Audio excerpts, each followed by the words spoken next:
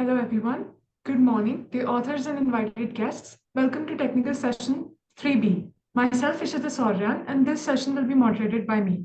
On behalf of Global Knowledge Research Foundation, it is my great pleasure to welcome you all to the 8th World Conference on Smart Trends in Systems, Security, and Sustainability 2024 London.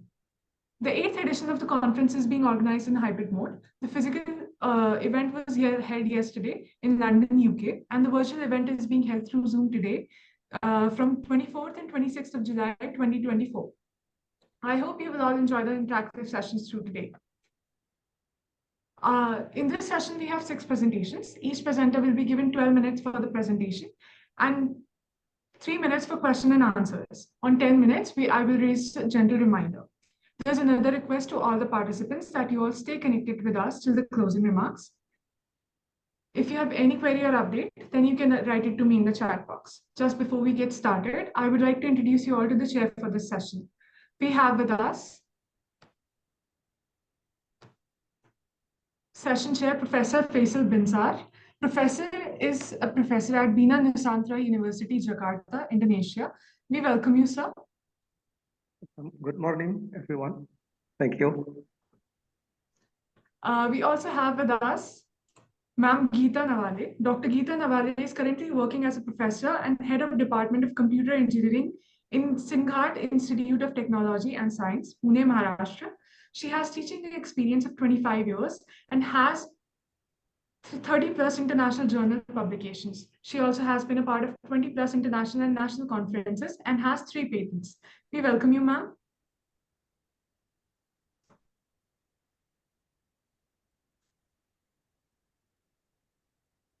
Good afternoon, all. Thank you so much. Thank you, ma'am. We'll be beginning with the papers right now. My question to you, actually, we have an issue. Ma'am, could you please tell us, we have a paper presenter who is otherwise going to present at the 5th number, but he wishes to present at the 1st. Can we take him up first?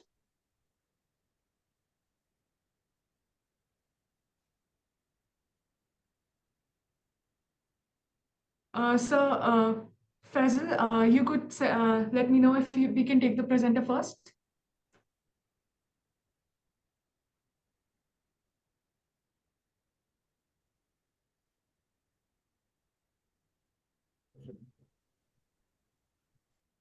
So Faisal. There is no presentation. Yeah, so if the chairs can allow you, then we can take you up first.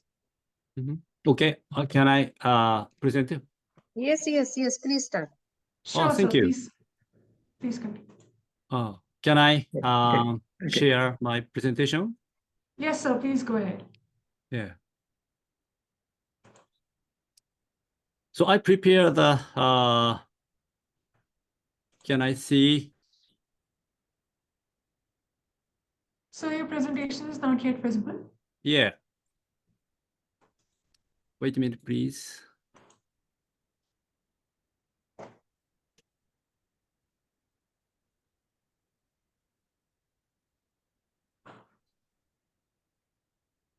Good morning, or hello, or good evening, everyone. My name is Kunihiko Takamatsu. Today's title is Lifelong Sustainable Inquiry-Based Community Learning, LSICL, based on AI informatics. Collaborators of this research are these members. This slide shows the key terms of higher education: ICT, EBE, IR, LA, and DX. This figure shows hypothesis-driven approach and data-driven approach. Hypothesis-driven method involve the development of a hypothesis and researcher perform experiment to confirm hypothesis or not. If the hypothesis is not confirmed, then researcher construct a new hypothesis and development a new experiment, and the cycle continues. The hypothesis-driven approach and data-driven approach may look like completely different method. But they are not. The hypothesis-driven approach develops new hypotheses based on data from experiment. Thus, hypothesis-driven approach is not easily separated from the data-driven approach. Moreover, the hypothesis-driven approach and data-driven approach have a circular relationship.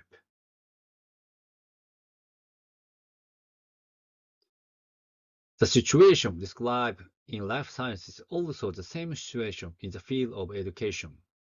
ICT education is important to the younger generation because of rapidly evolving technology. There have been recent international conferences and congress about ICT, of them being this conference. However, COVID-19 has restricted our lifestyle and transferred the learning method from physical to online. LMS is very useful when students study something online. Data increase with online learning than before COVID-19. This situation is very similar to the example discussed regarding the human genome sequence 20 years ago. This is to say, the big data era is the education field is now. Therefore, the driven education is in existence or will soon come.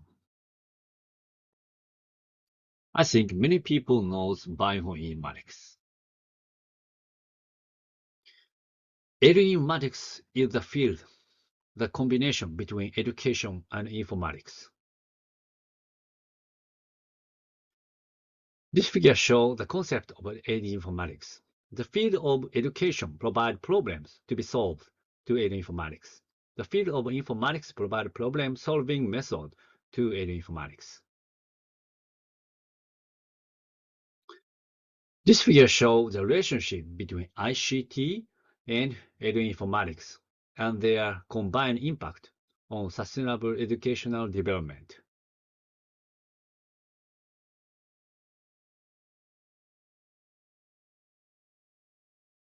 This slide shows the time innovations needed to research 15 million users. As you can see, airplane is about 64 years, but Pokemon Go is only just 19 days.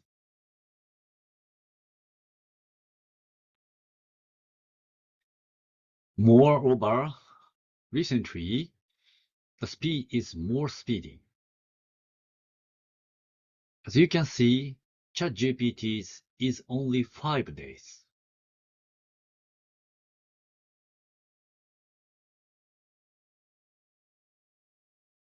This slide shows the Society 5.0. Society 5.0 is a concept for the future society. The Japanese Cabinet Office defines Society 5.0 as follows. It refers to Society 1.0 as a hunting society, and Society 2.0 as agriculture society, and Society 3.0 as an industrial society. Now we live in Society 4.0 and information society, and in the future, Society 5.0 in the future society.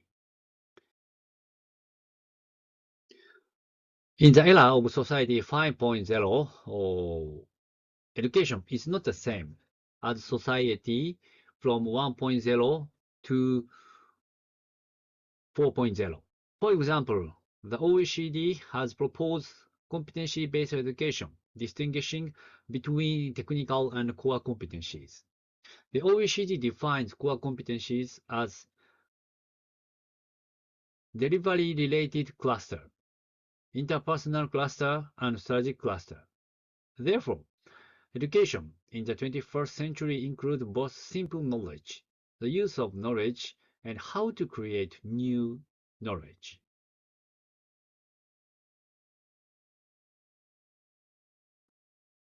So,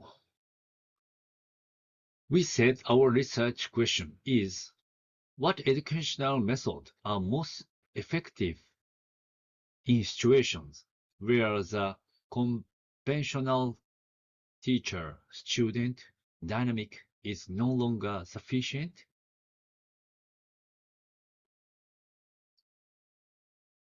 As we described for 21st century education, we have to go to next step for the education. For example, as knowledge become more accessible, the teacher-student relationship shift to a more collaborative and interactive dynamic.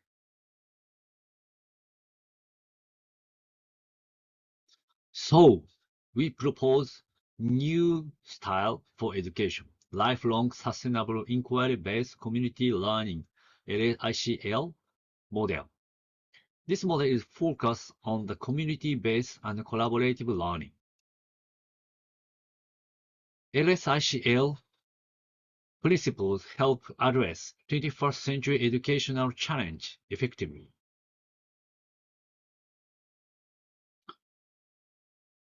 Reforms like integrated studies and inquiry-based learning emphasize student-led inquiry and critical thinking. This highlights the limit of the traditional teacher-student dynamic, where teachers are expected to have all the answers. This slide shows the feature of LSICL. Lifelong learning. This learning style emphasizes the importance of continuous learning throughout one's life, regardless of age, constantly acquiring new knowledge and skills. Sustainability is the learning process is designed to be sustainable, focusing on long-term development and growth rather than short-term learning outcomes. This slide shows the other features of LSICL, especially community. Learners and educators from a community collaborating and learning from each other's diverse perspectives and experiences. This is very important. Conclusions. Research focus is identifying effective educational methods to match rapid technological advancements and changing educational landscapes. Key findings is the LSICL model based on ADFMAX offers a framework for adaptive, collaborative, and inquiry-based learning. Conclusion. The LSICL model, informed by ADFMAX, supports sustainable educational practice and lifelong learning, preparing students for future challenges. Acknowledgement. We would like to express my gratitude to the team behind the learning management system, MANAPA.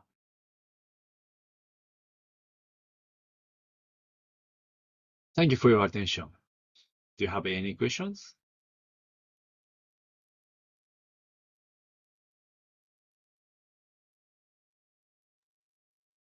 Hello.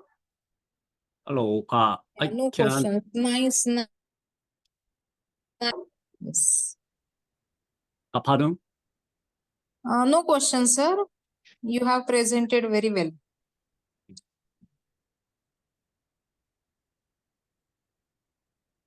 Yeah. Hello.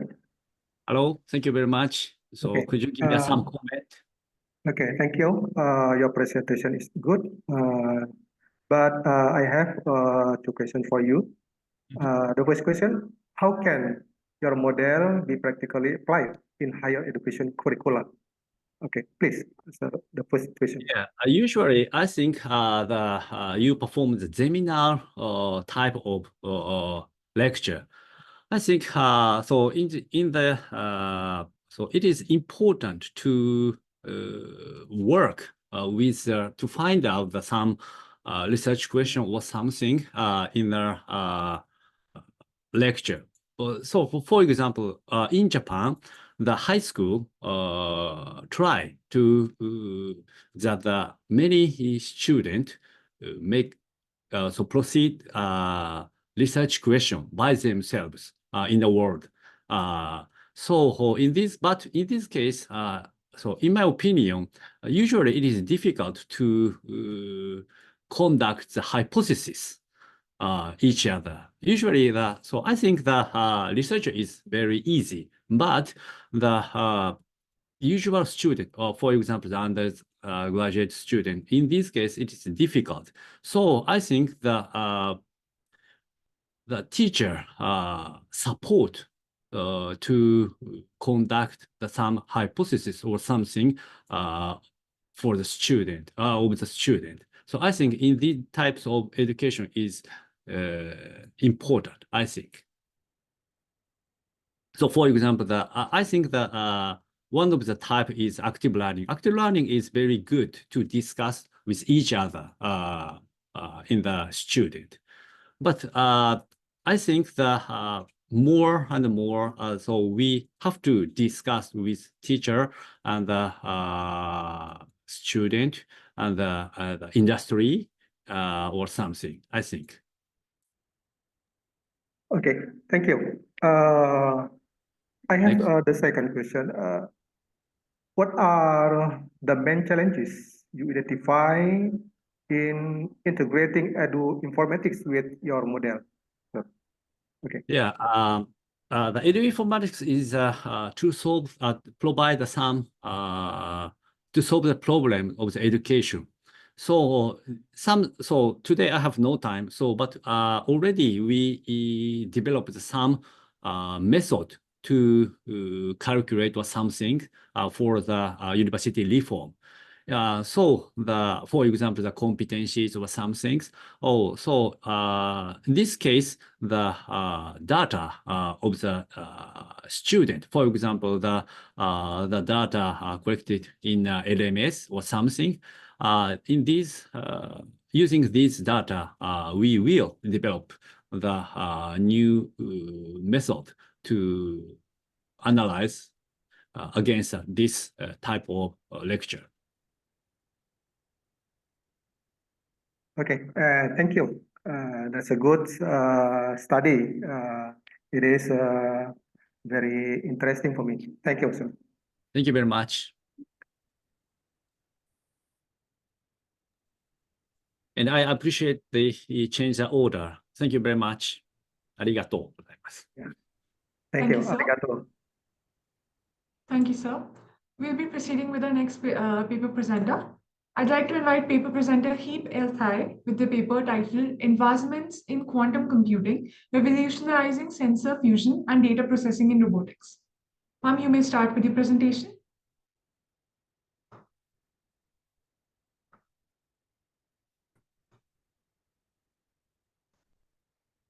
Paper presenter, if you're here, then you can start your presentation.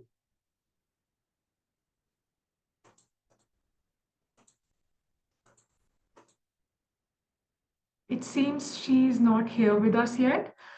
We'll be proceeding with the next paper presenter. Okay, next I'd like presenter, to- please. Yes, sir. Our next paper presenter, Abdul Wahab Samad, with the paper titled An Analysis of the Impact of the 2024 Election on Democracy in Indonesia from a Human Resource Management Perspective. Sir, if you're here, then you may start with your presentation.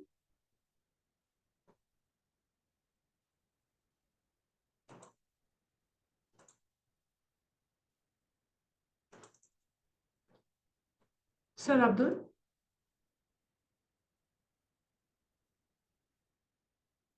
It seems he's not here yet either. Paper presenter Rohit Gunti with the paper titled Evaluating the ResNet and DenseNet Models for Bird Call Audio Classification. So if you're here, then you can start your presentation.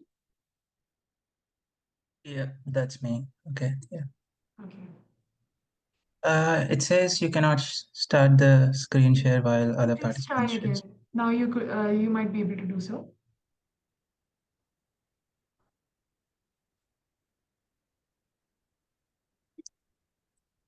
Okay.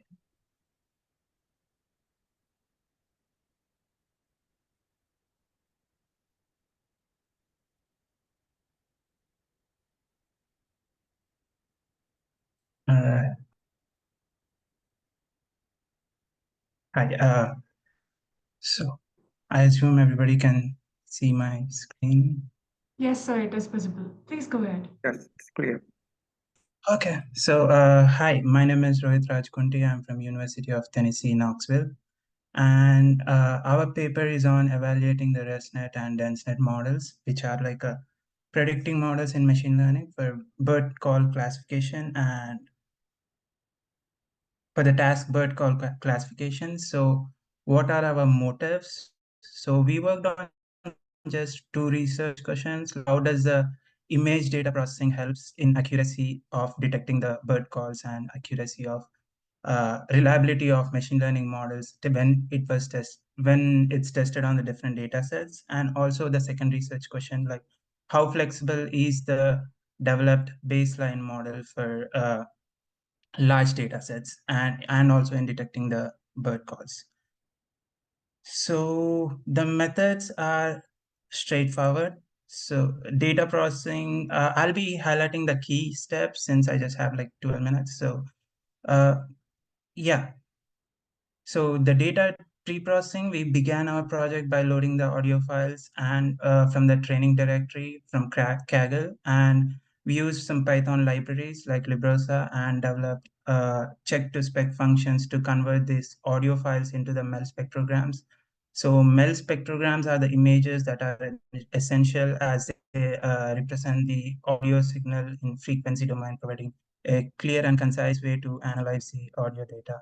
And EDA, exploratory data analysis, to visualize our data, we included some functions to plot the MEL spectrograms and analyze the peak related information. If we see a peak, then we'll let the machine know like there is a bird call at this peak. So we use this method for particularly in audio processing tasks like speech and music recognition, as it normalizes the signal energy and across the frequency channel, and by reducing the background noise and improving the signal to noise ratio. And feature extraction is nothing but like focusing on, as I said, like peaks. So identifying the peaks from the audio signal and using our approach. And this steps involves extracting crucial information such as file name, audio length, like where the peak has been seen and where it has located at like the exact time. So yeah, we did that for each audio file in training, in the training directory. And we trained a neural network model for audio classification using faster libraries, and we created a clip transformation for for the data and divided the data set into training and validation sets.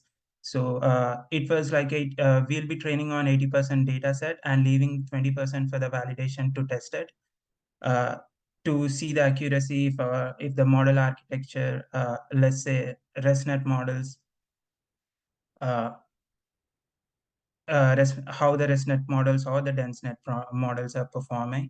So, and the training process was conducted on Kaggle using the low sample rate to enhance the accuracy while managing the computational constraints.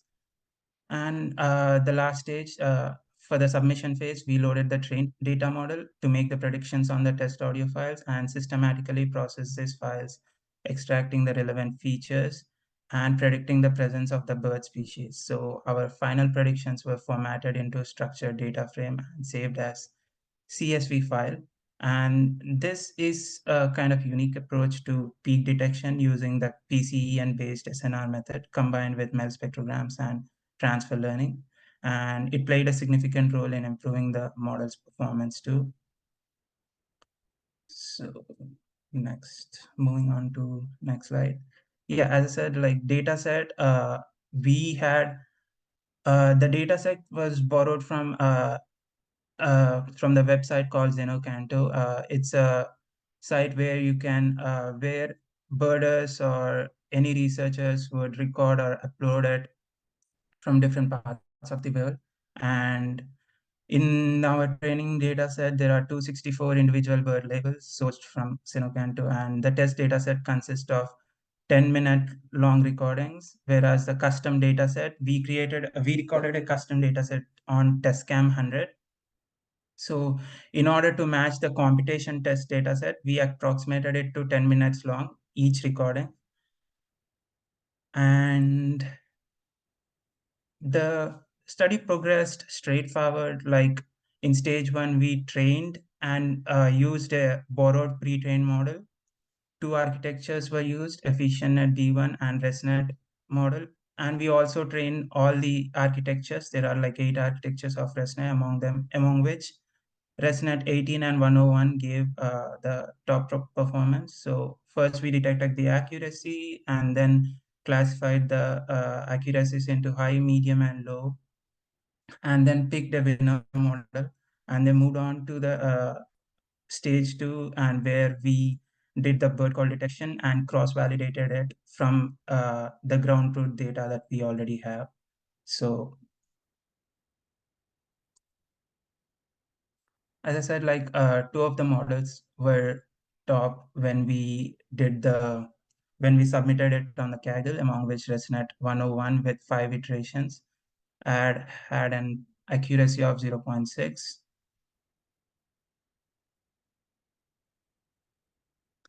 And yeah, so this is on the top right, you can see all the average scores of the Kaggle submissions that we have done. It's accessing the performance of ResNet and DenseNet model through the public and private accuracy metric. So public scores and private scores are 2 different scores.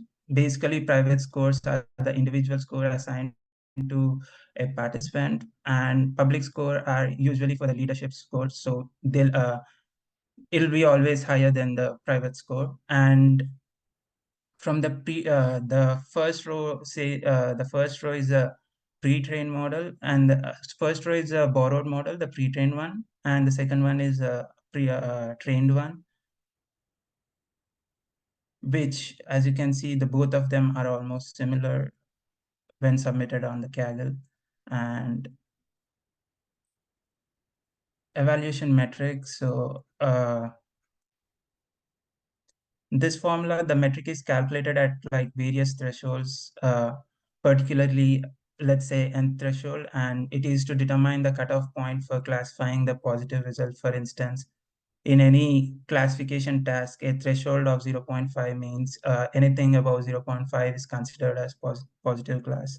And here, the precision and the recall at each threshold calculate and measures how many of the predicted positives are actual positives, and recall the measures how many of them actual positives are captured by the prediction. So the formula sums the product of change in recall across all the threshold. This gives a weighted average of the precision and across different levels of recalls. So yeah, in conclusion, this evaluation metric calculates the average precision across various thresholds without interpolation, and provides a balanced measure by considering all the classes equally and focusing directly on the precision recall at various levels.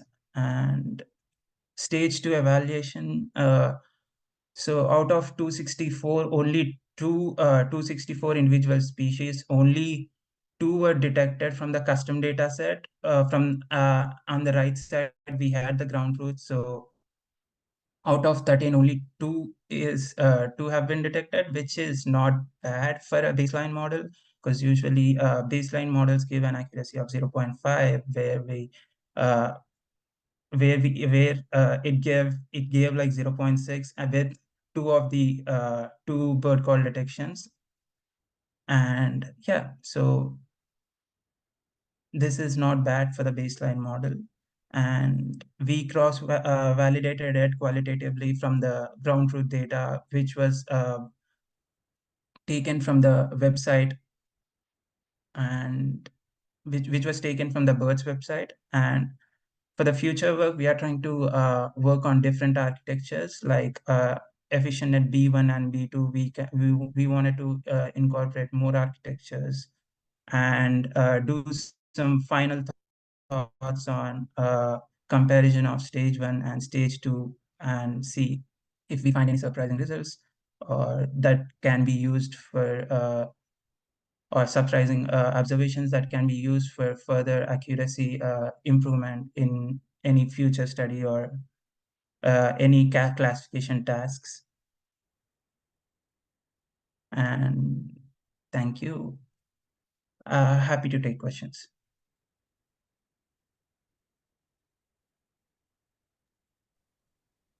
Okay, thank you for your presentation. I will ask you two questions. Can you hear me? Yeah. Okay.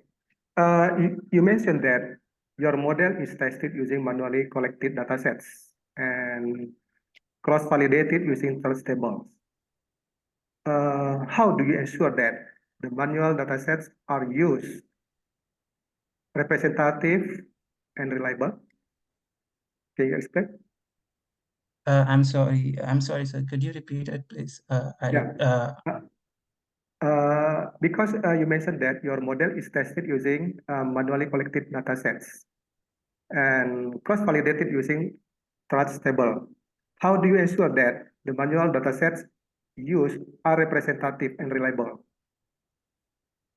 So the way that we assured it's not like assurance. We just went with the literature work that was presented, where they have some of the studies showed like some of the studies have followed similar approach, but for the reliability, they've tested it on different data sets, like having a custom, they have recorded it on their devices, and then tested it whether if the trained model also gives the train model is on a 264 individual species, which is like kind of less for a classification task. Usually it comes with 500. So if it train with that less number of species, then would it be reliable if we test it on any different data set from a different geographic location? So that's how the literature or the past studies have done. So we have kind of followed similar approach to measure or to assure the reliability.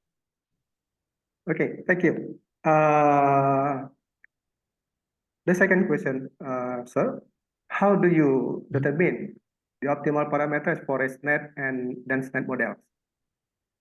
How do you determine the optimal parameters? How do I pick optimal method? Yes, the optimal parameters. Yeah. Yeah. So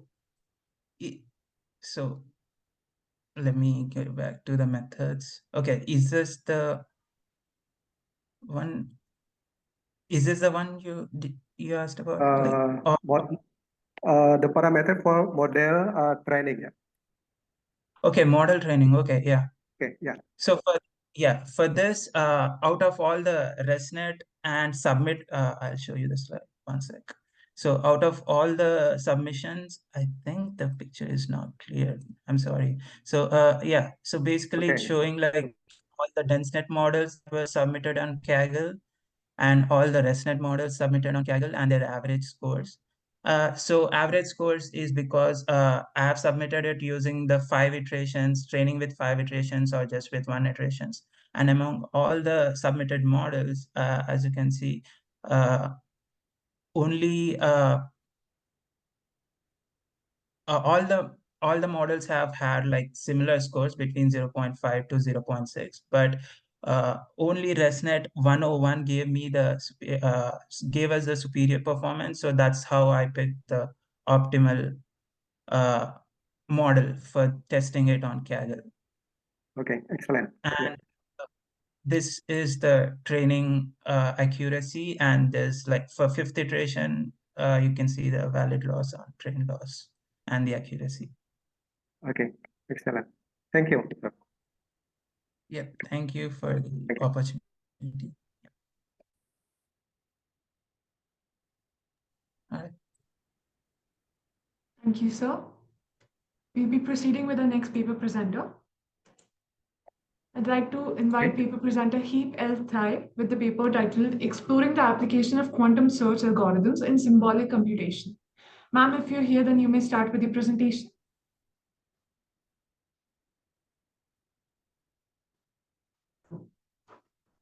seems as though we don't have her. We'll be proceeding with the next paper presenter. I'd like to invite paper presenter Elaf Bodhi with the paper titled The Problem of Core Friends in LLP. So if you're here, then you may start with your presentation. Yeah, I am here. Sure, sir. Please go ahead. Okay. Yeah, my name is.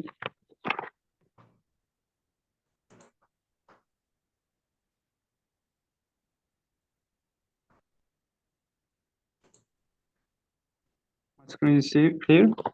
Yes, sir, it is visible. Please go ahead. Yeah.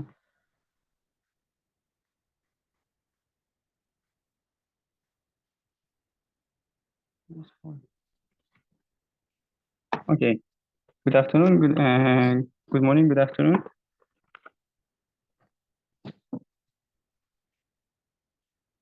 Our presentation is the problem of core friends in an NLP Uzbek language. So, introduction. Our presentation, we will consider the issue of core friends in Uzbek language text. It is one of the tasks belonging to the speech analysis part of NLP, and the sentence in the text form a single research object. Solving the issue of core-friends in the text is a clustering task of NLP, which serves to determine the content distance between all names referring to one object, event, in a sentence, document, corpus, etc. As an example, language units that represent an organization, person, place, object, name can be given. Many natural language applications, such as question-answer systems in an NLP, automatic summarization of documents, or machine translation, we need to identify references to objects in the text at the initial step. To understand the core-friends issue, let's consider the following example. The example is given Uzbek language. Nilüfer'ning aytishicha, Azimjon juda iffatli yigit, chunki u har doim Azizani ishga o'zi olib keladi, mashinaning eshigini ham o'zi ochib, ayolini ishxonasiga kuzatib qo'yadi. We highlight all notes in the sample that can name a subject with a single referent in a different color. There are Azimjon, u, o'zi, Aziza, ayol. So, therefore, the automatic determination of exactly which of these indicates nodes have the same reference represents the essence of solving the core-reference problem. The task of automatic detection of core-reference problems in the text can be carried out in the following two steps. First one, identify object reference name, and second one, clustering.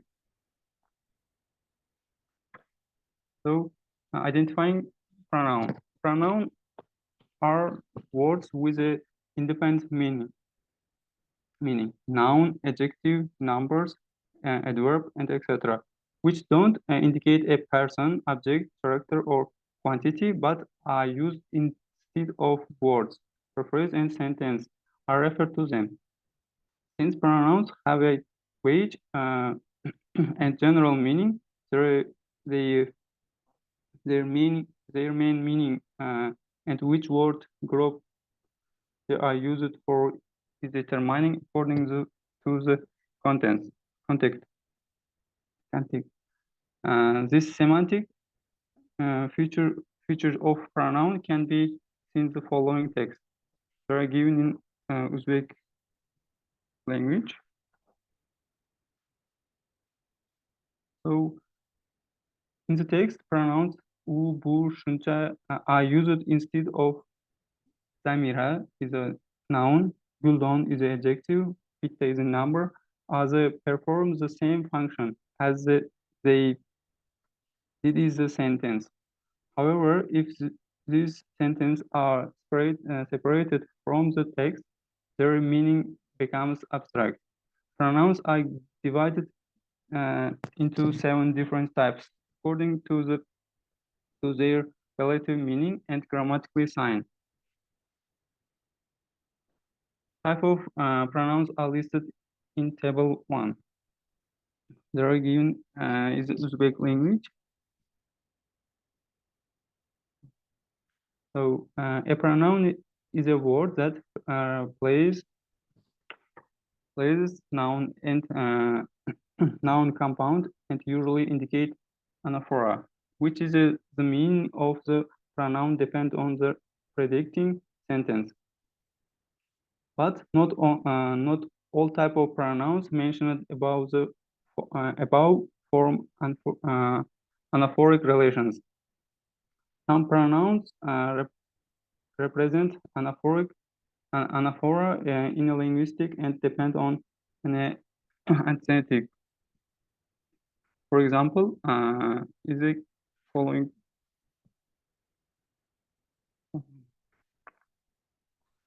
So, near identification of proper noun. Near names given to certain person or things are called proper nouns and are written with capital letters. They include following. Names are nicknames of person, for example, Dilmurod, Ravshan, Mahmudov, and etc. And names given to pets, Olapar, Mosh, and etc. Geographical and astronomical names, and for example, Oy, Kuyosh, names of republic and hive organization. Uzbekistan Respublikası. The first part of the name of scientific institution, hive educational institution, Ministry of Enterprises. And second one, next one, names of hive position, hive honorary titles. Next one, names of factories, various organization, collective farms, cinema, theater, books, newspaper, and magazine, and etc. The first part of the name of historical events, dates, scientific conferences, documents. The first letter of abbreviated initials.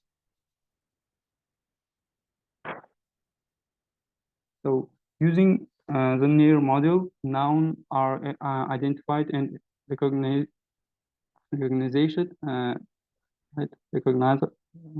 from unstructured text. For example, person names, organization names, place names, product names. The process of identifying near objects is carried out in the following stage. Firstly, extract information. Secondly, tokenization process. Thirdly, determining the limit of tokens according to the IBO or BILUO scheme, collecting them again.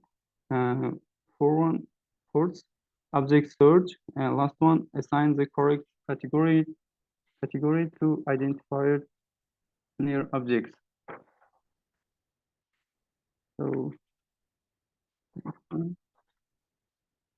to understand the process of identifying near objects from the text content, consider the following sentence.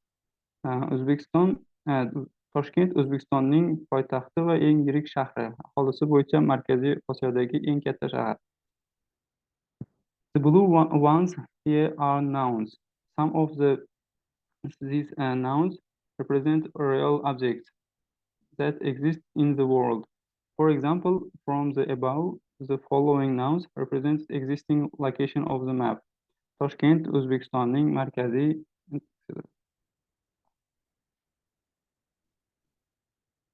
So, in the Uzbek language, the word combination that are freely connected in the subordinate dominant relationship. As the main word is represented by a noun or noun combination. For example, Shamol'dan tez, Kızılkalli, kitap, and etc. It can be seen that in Uzbek, noun compound can be expressed by words such as adjective, numbers, adverb, gerundy, or infinitive. Since solving the reference problem is focused on specific noun, we will focus only on compound nouns that expresses the modification sign of these nouns.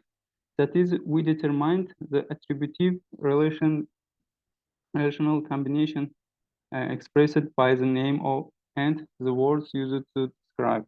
For example, Yağış icat istidadlı, that's clustering. After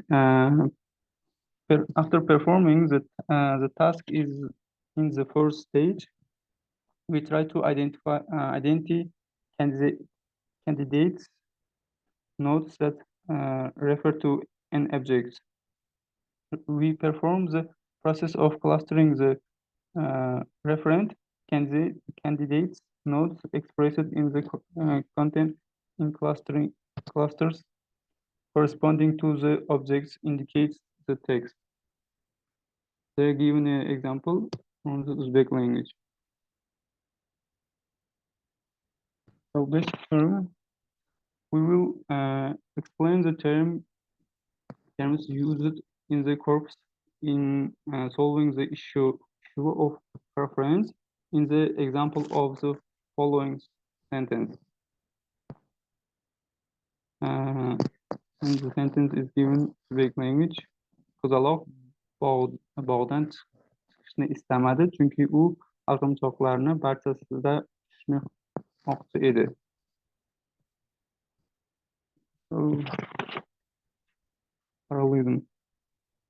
So they're given in Uzbek language example. Nazokat Feruza bilan kinoga bordi, Aziza esa u bilan savdo markaziga bordi. In this sentence, since the words which created a parallel structure, it refers to Nazokat. It should be noted that in the following sentence, the word his refer to the word professor and not to the word students. The example of following. Friends in Uzbek language text. In the traditional methods, we first need to identify all the pronouns through the pipeline process. For this purpose, it is necessary to implement the process of post-tagging in the text using the Uzbek language morph analyzer developed by Elov, Alayev, and Hamraeva. In the second step, using the near objects detection system developed by Elov and Samadbayeva. The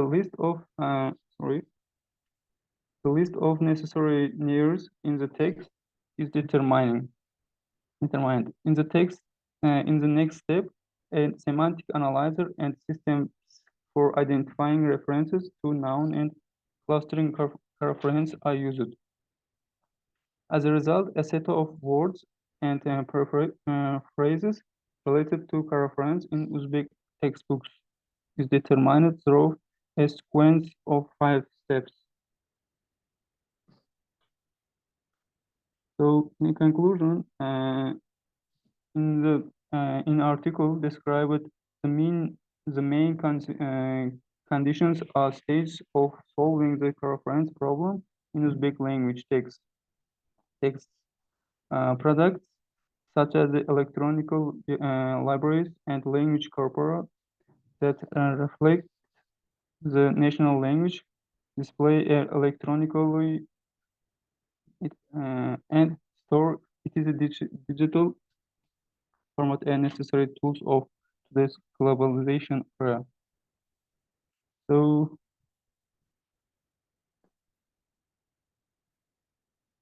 thank you for attention.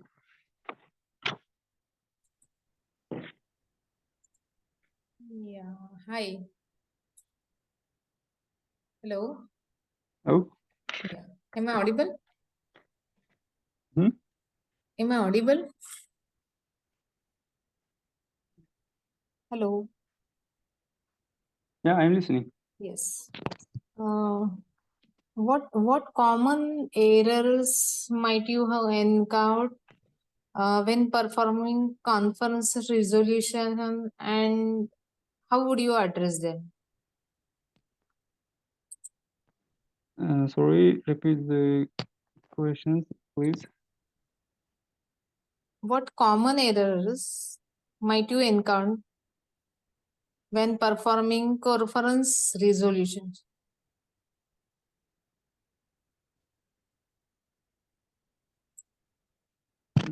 Now, Would you like to ask any questions to the paper presenter? He asked, he is supposed to answer. I believe there was a network issue. Ma'am, you could ask again. I asked actually twice. Okay, sir, paper presenter, sir, are you not able to hear session share? Yeah, okay, maybe he is in trouble in the connection. There is a possibility for that, sir. Okay, We'll wait for him to answer and then proceed with the next presenter. okay, please. But the next presenter is not here. So I'll be announcing their names because we have two presenters who have not presented yet. In total of 3 papers yet to be presented. If they're not here yet, then as per the guidelines, we have to wait for 10 minutes. And if they are not there yet, even then we'll be proceeding with the closing remarks. Okay.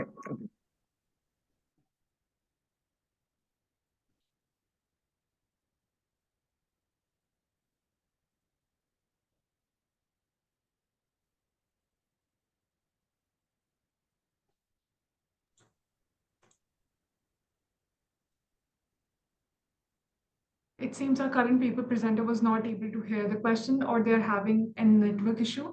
And that's why they're not able to answer the question. We'll be proceeding with the next presenter. I'd once again like to ask for Heep El Thai. Ma'am, if you're here, then you may start with your presentation.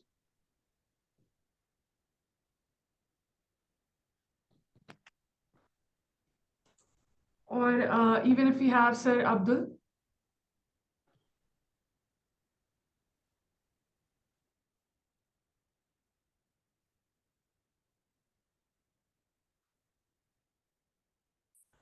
As it seems we do not have both of them, we'll have to wait for 10 minutes and then we can proceed with the closing remarks, sir. Thank you. Okay, thank you. Okay, good morning, everyone. We have seen there are so many paper. It's about data mining or artificial intelligence or big data. I have some points that need to be considered for the authors because it is important for uh, uh, uh, uh, uh, to make the good and the quality paper, revealing the observed problem. What is important? So there is that it is raised in the research. Is there any previous study literature before? And the second, it might be better if the author included a flowchart, and then use the standard in industry or the standard in uh, the college, like CRISH-DM, cross-industry standard process for data mining. There are some steps to make the data, to analyze the data and produce the new knowledge or the new information. And besides that, there is knowledge discovery database like KDD. I think these two frameworks is very important and very general in data mining. I think there is some points for me. So that point will use to the paper to make the good paper in the future. Okay, thank you.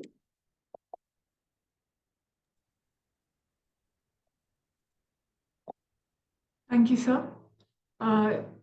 It seems like we do not have our last two paper presenters yet, so we'll be beginning with our paper presentation closing remarks. I sincerely thank our authors for their excellent presentation and contribution in this session, and all our participants for being a part of this international conference. I hope this session was informative enough. We, on behalf of the whole team, thank you for the support during this 8th version and the previous 7 versions of the conference. We will be happy to have you in the 9th version in 2025. All the presenters will be getting their digital certificates through email within 2 working days. Further, all the papers have been forwarded to the Springer. The publication will be live within 6 months. Kindly cooperate with the team of WS4 2024. I'd also like to thank our session chairs. Professor. Yeah, okay, amazing. The paper presentation.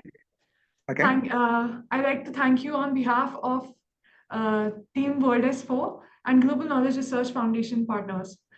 Okay, Thank you for your valuable presence, sir. Thank you very much. Thank you. I'd also like to thank Ma'am Geeta Nawale for her valuable presence, a token of appreciation to the chair on behalf of Team WS4 and Global Knowledge Research Foundation. Thank you for your valuable presence, ma'am. Thank you. Thank you so much. Thank you, ma'am. Before we end the conference, I'd like to request everyone to switch on their cameras for a quick snapshot of the virtual conference.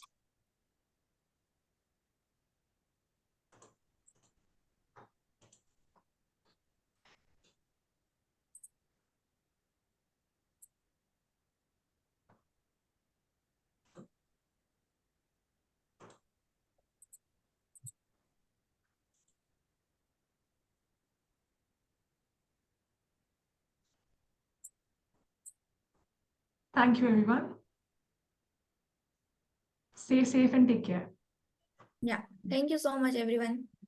Thank you. Okay, thank you, thank you. Thank you. Thank you, sir. Thank you, ma'am. Have a good one. Thank you. See you. See you. Yeah. Thank you, sir.